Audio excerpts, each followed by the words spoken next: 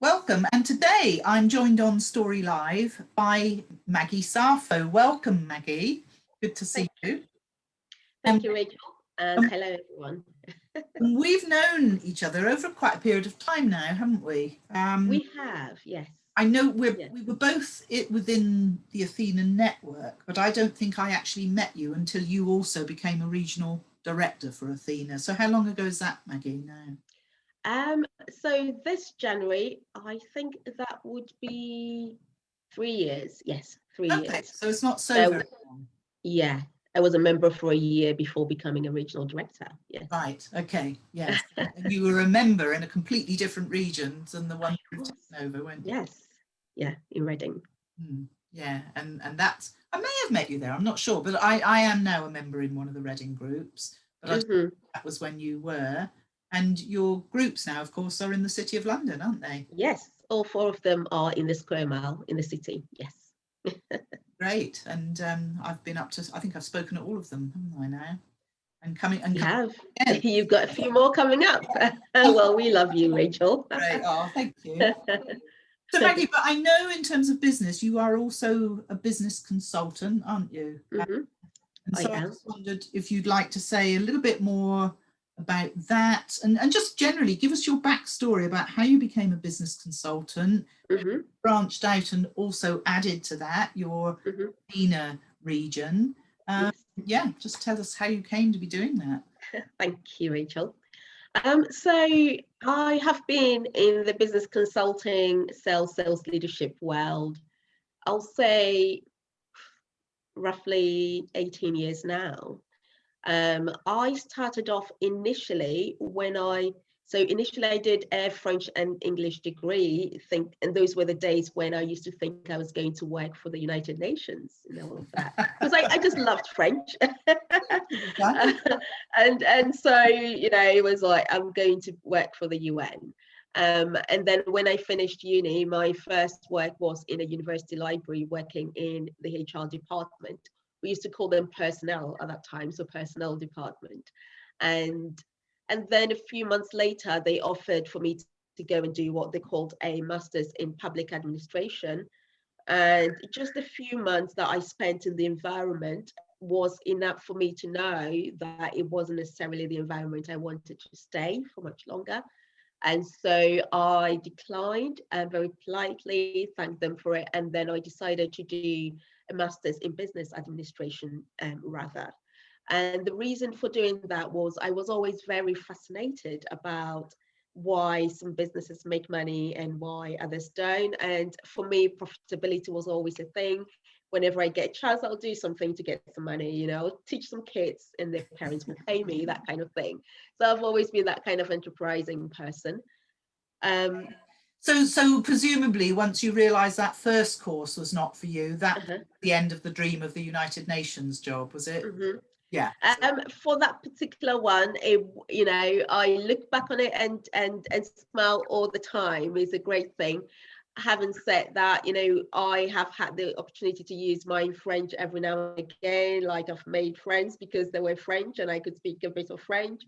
Um, and yeah, so yeah, for that particular line, that's where it ended. Yes. And would that job necessarily have taken you to New York to live if you'd got a job at the United Nations?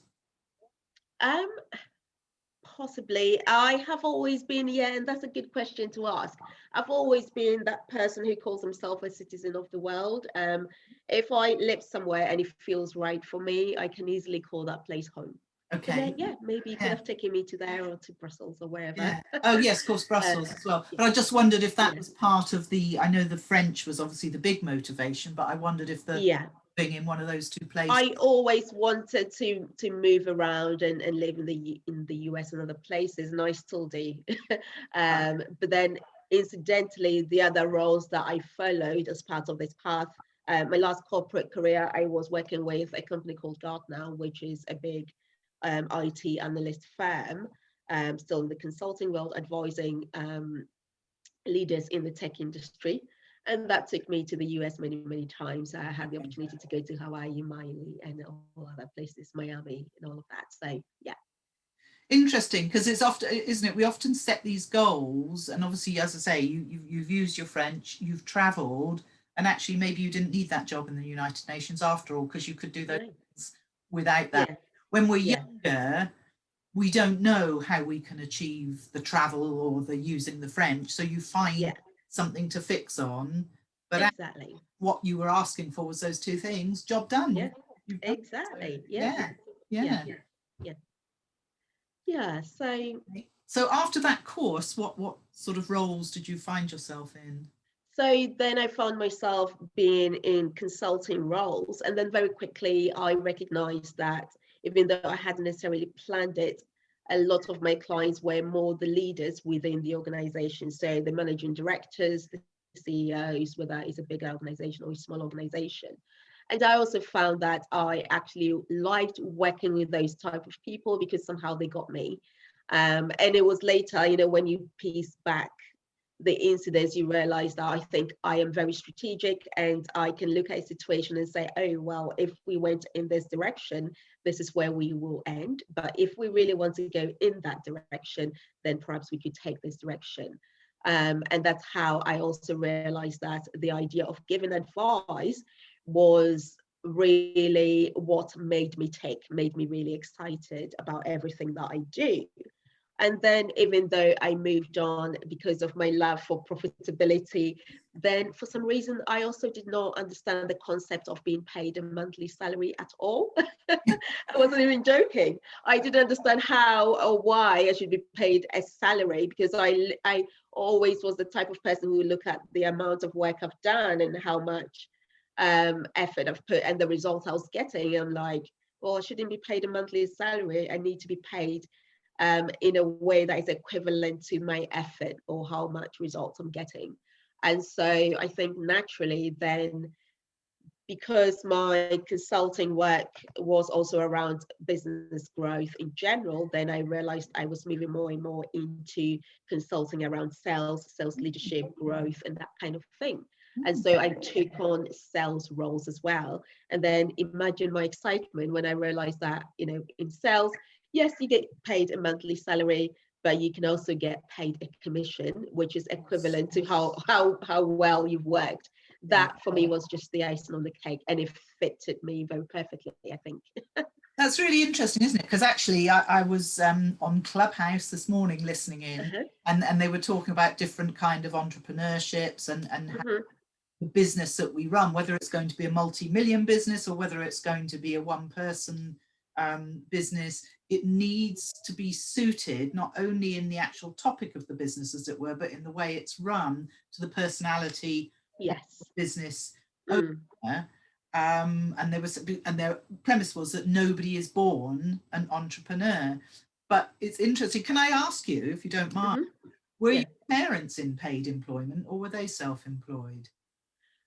My parents were in paid employment. So my dad was a university lecturer. So I lived from one campus to the other for quite a bit. Yeah, so my dad, but then my dad was a very self-made man as well. So, I Okay. mean, he lived in the days, I grew up in Ghana, and he lived in the days where, he had to be in Ghana, but take his A levels here in London. So, and he was kind of a very what they call self-made, self-taught man. And so even though he ended up being the dean of a university faculty, he had done most because his dad died around when he was 2 years old. So Okay. and he was the first, with about 7 siblings. So he did quite a lot by himself. And then my mum was a university librarian as well. So yeah, they were in paid employment. Yeah. Now, the reason I ask that is because, that's really interesting then. So in a sense, Mm, quite a maverick approach by saying, I don't want to earn for the salary, I want to be paid what I'm worth, which mm, is great. yeah, Yeah. yeah, So yeah. that's that. So how does running Athena fit alongside or within that, or how do you run the two together? Mm.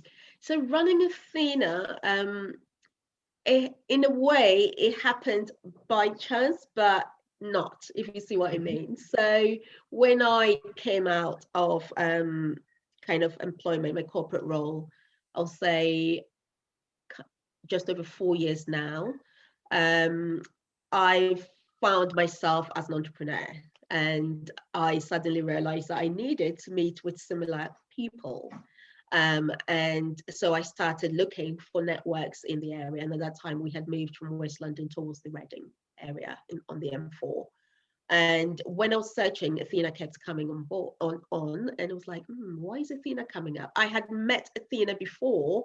So this was back in 2009, 2010, when I used to actually lead a business network in West London Park Royal called the Park Royal. So that's an estate of about 2,000 businesses, and I used to run networks and events and things like that. And at that time, Athena in Ealing and Chiswick, the regional directors at that time met with me because they wanted their members to attend some of my events and vice versa. So that was the relationship, or that's how my connection with Athena had started. And then this was me quite a few years later, Athena coming up, and I was like, well, because I'm setting up a business that is still going to be about consulting and growth and sales, maybe Athena might not be the right network for me. I was looking for tech companies in particular as well, tech and services companies. But it came up, and so I'm the type of person who will jump onto things even when I can see the full picture. So I did jump onto it, and I got in touch with the wonderful Debbie Atkins in Reading, and we had a conversation. I visited I think in November, so then I joined the January. And then almost a year later, an opportunity came up because I started doing a talk on how to craft winning sales strategies. And it was such a hit in the Reading area. It was such a hit in the Maidenhead area with Karen's groups. And so it excited me to take it back to London. And so I contacted some of the regional directors. And then when I got to the city group at that time, a lady called Stella Femi, who was in charge of the city, she said to me, well, so my request was, can I visit and possibly do a talk on how to craft winning sales strategies? And her response was, well, have you thought about owning your own group? And I was like, oh, that's a very different answer to the question, but I'm excited all the same. But 2 weeks prior to that, my sister, Kate, has said, with all the roles that you've ever done, the ones about membership are the ones that make you glow. And so when this kind of happened, I was like, oh, maybe something is happening. And so I looked into it, and then a few weeks later, I had become the regional director. So actually, this January is my 3rd year being a regional director for all the city groups. Yeah, and actually that's really interesting. And talking about membership, it's reminded me that actually our paths keep crossing, outside of Athena, don't they, as well? Yeah. Because we're both involved with a wonderful network called the Sister Network. Yes. Which, it's about raising women up, or women raising women, isn't it? And again, set up in the Reading area, but also we've both done some work and involved with Women in the Law UK. Absolutely, yes. Yeah. So interesting. Yeah. So what would you say then to Maggie, to somebody who was thinking about a career in business or whatever? What would be your sort of message for them? So I would say it's important to, well, I love a career in business, so I always say business is great. But it's important for you to keep the main thing the main thing. And I have had conversations with people where I've said to them, is this a business or a charity? And if it's a business, let's run it like a business. And if it's a charity, then of course we will run it as a charity. So it's exciting to be in business. I think it's important for you to keep the main thing, because there are aspects within business that is not kind of a natural flair for everybody. Things like looking at the financial aspects of business, or going for business like the sales elements of that, or doing the accounts or the finances. That's not my strong point at all. That kind of thing. So it's important that we know what we're going in for, but it's a very exciting area, and I will say go for it and just make sure that If there are areas that are not your forte, just make sure you have a good support team around you, and yeah, you'll be successful. Okay. Now, if that wasn't enough to keep somebody busy, I know what you'd really like to chat to us about is something that is almost a completely different part of yourself. This is what I love about these story lives, Yeah. because somebody meeting you, probably in Athena, they might not be so surprised, but I'm guessing that people that meet you in your business consultancy role would be quite surprised to learn Yes. that actually you have a, I use the word sort of spiritual, I Yes. use the word spiritual, I call it woo. Yes. Um, Yes. and so, You can yeah, use so all tell of me those about that, words. because that's Yes. really fascinating. Yeah. So I'm a certified Akashic Records consultant. So yes, it's spiritual work, it's woo-woo work. It's also scientific work. There's a perfectly plausible quantum scientific explanation to it as well. But it all weaves very neatly into this journey, and I wanted to specifically talk about how my journey has evolved from childhood up until now, and how when I look back at it now, I see the pieces and go, oh, actually, I can piece it together. And even though on the surface it looks like one is here and the other is there, they're not so apart after all. So the Akashic Records, just for the benefit of people who are not familiar with the word, because most people are not, it's a Sanskrit word. It means the ether or the universe. And the concept is that as the world came into being, there was a field of energy that started recording everything and anything that was happening. And this information is stored in the DNA of the universe. So that's the scientific element of it. And quantum science has ways of explaining this in so many different ways. And then on a spiritual level, the Akashic Records. So we have the universal Akashic Records, which is anything and everything. So if you look at Google, for instance, then when you want to find out a bit about maybe a mobile phone, you type in mobile phone and Google serves you the information. And then there is the individual Akashic Records, which in a way is the person's Akashic Records. Again, we can explain it by saying, as we come into being, everything and anything about us is recorded in our own DNA.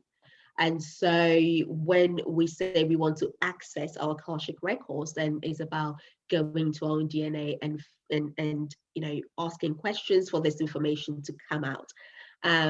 But also we then go into more even the spiritual elements, because every spiritual practice, every religion, for instance, in the Bible, they call it the book of life.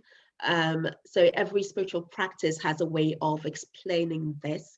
But it's about your soul's record, so information about you. And it includes information about your core purpose. For instance, what did you say you were coming into this lifetime to do? And also includes information about your gifts and your abilities and what you can give to the world. It also includes information that explains maybe some of the challenges that we may be facing, that we have looked all around us, but we can't find an answer or a way of resolving it. Sometimes once you are able to go into your Akashic Records and retrieve that information, you are able to bring it into resolution, or you will be given some information in terms of how to resolve it so you can live your happiest life. Because believe it or not, we meant to live our happiest lives ever. So yes, and that is very interesting work. And we talk about things like past lives, if it impacts our present lives. We also talk about evolutionary future paths. So the future is never set in stone, but knowing who we are really allows us to be able to create our lives in the now. And also the future paths will depend on the decisions and the choices that we make in the now. But how this work came to me was I was going through a patch where I knew that I really needed to step out of my corporate world, because everything I was doing wasn't necessarily going the way I wanted it to go anymore, even though I was using the same tools that used to make me really successful. So, but you do resist because you don't want to leave the 6-figure salary. You know, how do you pay for the mortgage and all of that? But one morning, but I knew I was then getting unhappy because there were aspects of my life that was very imbalanced at that time. And one morning, as I was coming out of meditation, all I could hear was the word Akasha just ringing in my ears. And yeah, and then I was like, what does that mean? And I pick up my phone and everything is saying 333. My number of emails says 333. The time is 333. And so I go to my assistant Google, and Google tells me Akasha is related to the Akashic Records. And one thing led to the other. I bought a book about how to read the Akashic Records. And there was a prayer in that book, or a sacred code in that book, which I used. And then I was able to access my own Akashic Records, information about myself and everything. And then but I felt there was more to it, so I kept searching, and then I came across a guy who lives in Miami. He's Mexican. He's been working with the Akashic Records for about 20 plus years. And I got in touch with him, and he did a consultation for me that kind of revealed what I was seeing, but also resisting, that the Akashic Records was part of the roadmap for the next stage of my business. Wow. And the next stage of my life. And so, because that was also confirmed by someone else reading the Akashic Records for me, they was like, okay, maybe I should surrender now. But at that time, I had been pushed out of my corporate role anyway. So then I went to one of his schools, kind of retreat centers in Guatemala, for a period of about 3 weeks, meeting about 20 odd people from all over the world. And that's where I got certified officially as a level 3 Akashic Records consultant, which means I read the records for myself, I read it for other people, I read it for the collective in terms of groups of people. I read business Akashic Records. So long as a business is trading, it has its own Akashic Records. I read for animals, buildings, and all of that. And so I combine this with my business growth and personal growth work. And it's been an incredible journey. But going back to why I wanted to talk about the word advice, going back into my life, I see that the word advice has featured in each of these careers because it's something that always kind of makes me really excited. So even when I was a salesperson, I wasn't the salesperson who would just sell something and move on to the next one. I wanted to stay around enough to see the impact of my work on the business. When I was a child, I used to have friends who were much older than me, and everyone used to say, why are your friends so older than you? I'm like, oh, because I didn't realize, but these people would kind of get drawn to me somehow. They would say something about a problem, and I will say something back, and they would say, oh, that's the answer, that's the solution, thank you very much. Or they will see me a few weeks later and go, oh, you know, that thing that you said, that was the answer I needed, my problem is gone. And I had no idea. But then as I was growing up and I realized that you could give advice and get paid for it, for me, that was a no-brainer, because it was an element that I felt was very natural to me in terms of giving advice. And then coming back into now what I do, even with the Akashic Records, is about finding information, giving people advice to be able to live their happiest lives. So, yeah. So it's fascinating, absolutely fascinating.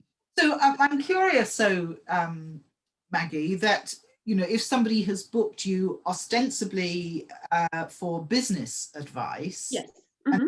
Do you automatically bring in the Akashic Records?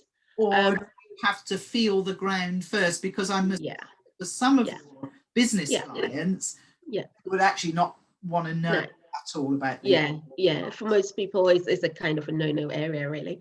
They want to touch it before, you know, if they don't see it, it doesn't exist.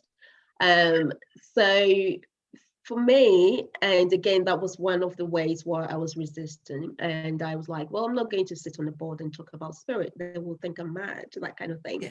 But when people come to me, you know, depending on the direction they came from, they have a business issue, we go through how we're going to solve the business issue, or explain how we work, and, you know, whatever. Now I do sometimes mention there is a holistic element to my business. Now, for a lot of the clients, they will say, oh yeah, what is that? Tell me about it. And then as I start to explain, for some reason, a lot of them would like to hear more about that element. And so I do explain that element of my business to them, if they, you know, if they are that interested. Otherwise, there are people that I will purely work with along the business side. Although there is, so for instance, when I set up my business, I thought I was going to just do growth consulting. Very quickly, I realized that my clients definitely wanted me to be something else. They wanted me to be like a mentor to them. And that's how my business evolved into business and personal growth. And so for most of the clients I work with, maybe they've set up a growth goal for themselves, but it's not the growth goal that is not achievable.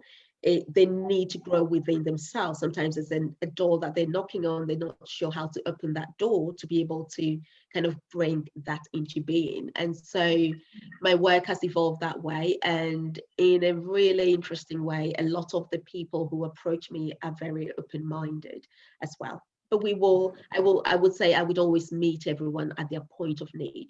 And then I have individual clients who are not, some of them may be entrepreneurial, others will be individual clients who work somewhere, that kind of thing. But they are all over the world. There are a lot of them in Australia, US, Canada, Egypt. I had a lot of clients in Egypt from Egypt last year because someone recommended me there. Europe, parts of Europe. And these people are people who are looking at connecting more deeply with who they are.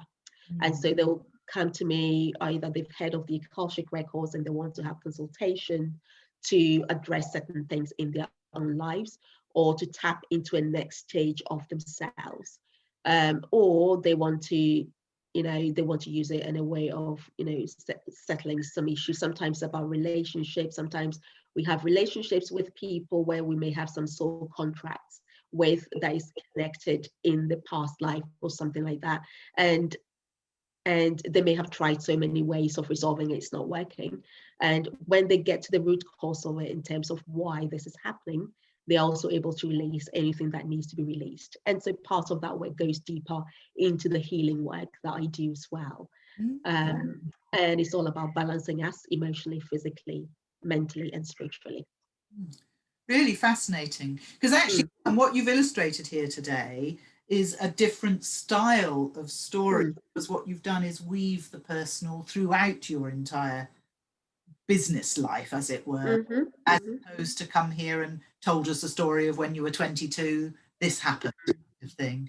And so I think that's really important, because some people actually really find it hard to come up with, even if it's only an ordinary everyday story rather than the big story, they still find it hard to think of something. But there will always be a theme that will have gone through their lives, and you've mentioned your theme. How would you pull out learning for our audience today from all? Because to me, there's kind of no point in telling a story, fascinating as it is, unless there's some real learning for anybody that's listening. So I would say, the learnings here for me and for everyone is to really keep connecting to who you are. The word authenticity is such a big word these days, and there's a reason why, because everyone is starting to understand the importance of connecting to our core selves, to who we really are. Because that's where we find the answers and resolve anything, so we can live purposeful lives. So as you keep connecting to your authentic core self, also be very open to the idea that it will keep evolving, and all the aspects of you that are coming out, that are evolving, is not different, very, very different from the person who started. We are all evolving and growing, and it's about living our best lives as well as serving others in a great way as well. That's fabulous, Maggie. Thank you so much. And that's really, not only now do I know a lot more about you and how you work, but you've given me food for thought today, so that's amazing. Thank you. We're going to bring to a close now, but thank you for sharing all of that. And when the post goes up, please pop in the comments box and put your contact URLs, but where can people find you? Where's the best place to find you, Maggie? You can find me at maggiesarfo.com/personal growth. That is if you're really excited about, this element of the story that we've been talking about. Or if it's more kind of the general business stuff that I do, as well as the leadership executive mentoring stuff, then it's merisconsult.com. So MERES consult, CONSULT.com. Okay, lovely. But if you put both those links in, then and also I will come in for there. You're fairly active on LinkedIn as well, aren't you? I am, yes. So you will find me on LinkedIn as maggiesarfo.com. To be honest, you find me everywhere as maggiesarfo.com. So Instagram, the same, here on Facebook as well. And on Twitter, if you're a Twitter fan, then it's Meet Maggie Sarfo. Okay. And any last comments you wanted to make for the audience or the listeners? I would say, especially with everything that's going on in the world, it's really important for you to connect to the person inside of you in order to be able to create a semblance of happiness or positivity around you. And I think the more we can all do that, the more we can all connect inside and then radiate our positivity out into the world, the more we can create an outer world which will be more positive despite what it looks on the outside. So thank you so much for listening. Any questions at all, please feel free to comment below and I'll do my best to come and answer for them. For you, please tag me when you do ask a question. That's absolutely lovely, Maggie. Thank you so much. And I think, as you say, the word authenticity is kind of overused now, but I think the reason for that is you can't find another word that means the same. And so it has to be used because nothing else. We hear it all the time, don't we? Be your authentic you. People want to connect with the authentic you, and they do. So, and without, real is sort of, but it's not strong enough, is it? So that's been absolutely super. Thank you so much. Thank you, Rachel. We'll see you again very soon at one of our Athena meetings. Absolutely, I'm sure.